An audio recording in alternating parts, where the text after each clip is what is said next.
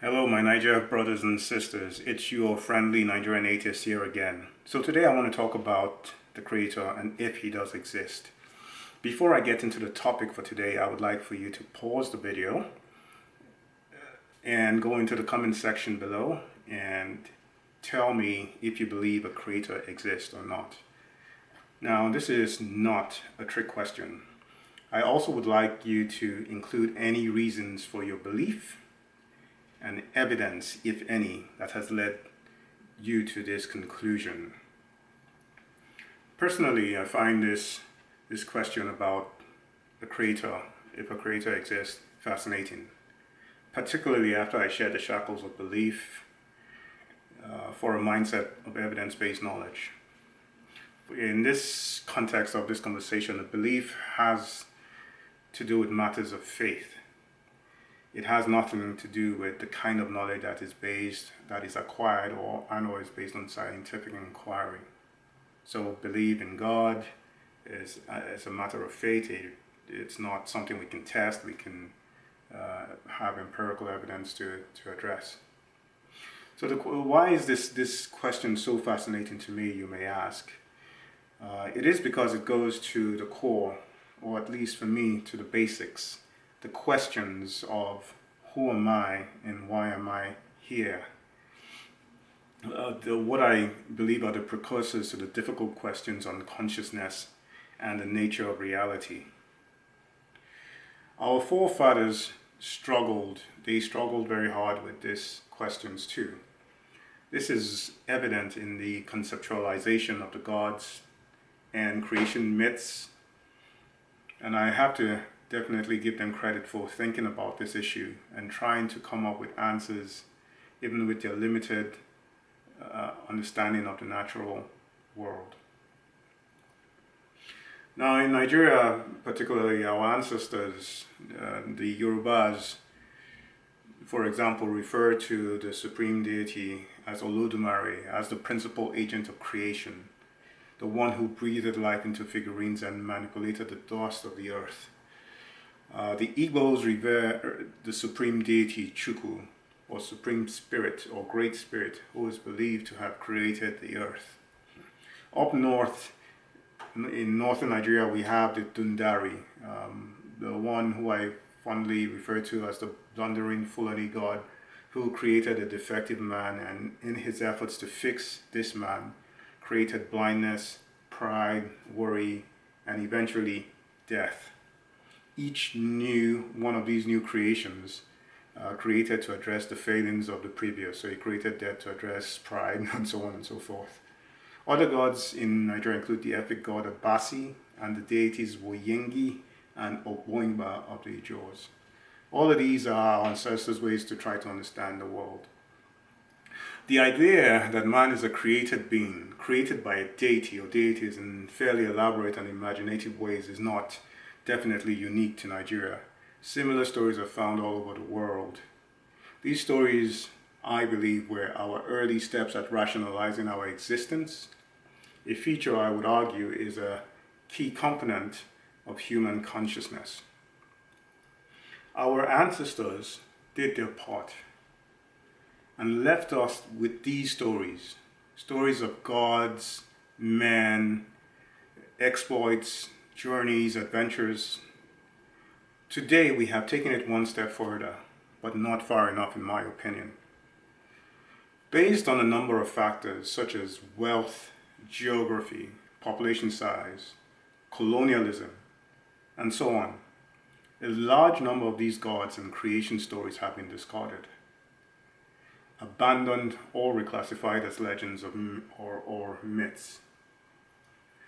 Modern man, the modern Nigerian man, has simply distilled the stories bequeathed onto us to just a handful. No creativity on our part, no systematic, scientific-based approach to the question of our existence, which in turn should be based on the ever-unraveling field of science. I often wonder how many Nigerians really, and I mean really, spend time to think about the nature of reality, consciousness, and the fact that the material world exists at all. I would wager that this kind of thinking does not occur. Even if it did, it is strangled, it is colored and confined to the religious worldview. Let's take an example. A Nigerian boy or girl, whatever, sitting under a coconut tree. And suddenly there was a gust of wind, and the wind shook the tree and a coconut fell on the boy's head, leaving a gash on his scalp and his face dripping with blood. The boy in panic runs home to his parents, showing them the blood dripping down his face, and asks why he was a victim of the coconut tree, or why the coconut tree attempted to murder him. I imagine that the parents would attribute this uncanny event at best to fate, or at worst to something supernatural, like perhaps an attack emanating from the village or a perceived enemy trying to attack them spiritually. Now, this type of answer and upbringing shapes and constricts the child's view from an early age.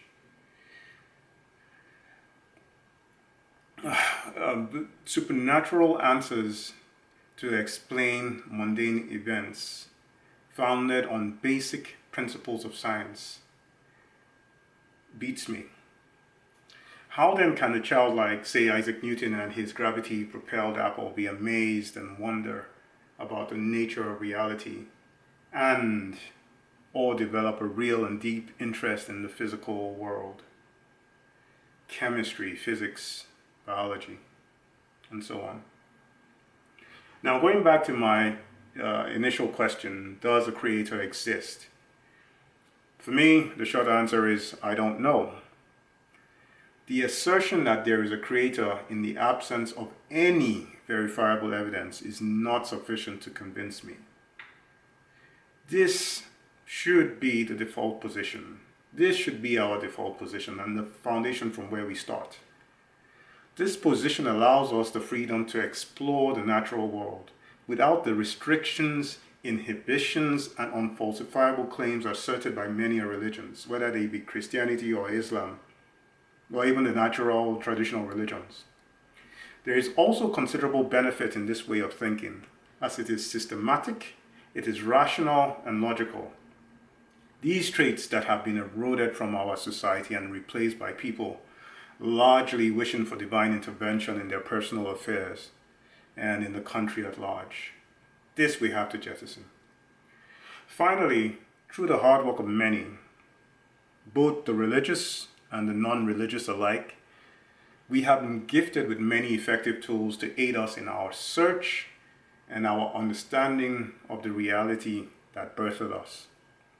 The question of who we are and why we are here, it is time to review, and I say again, jettison the conclusions of those who were not so gifted.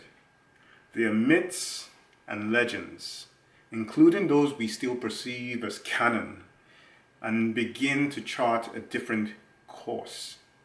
A course that is founded on reason, on evidence, and knowledge. I am convinced that if done, if we approach the world this way, we would see a greater impact in the lives of the average Nigerian within the shortest possible time. Much more than was ever achieved by all of the religious institutions currently infesting our society today. So, again, thanks for spending time to listen to me rant about this subject. I would like to hear from you. Put your comments, your thoughts, your observations, and if you disagree with me, let's have that conversation. Let's keep the conversation going.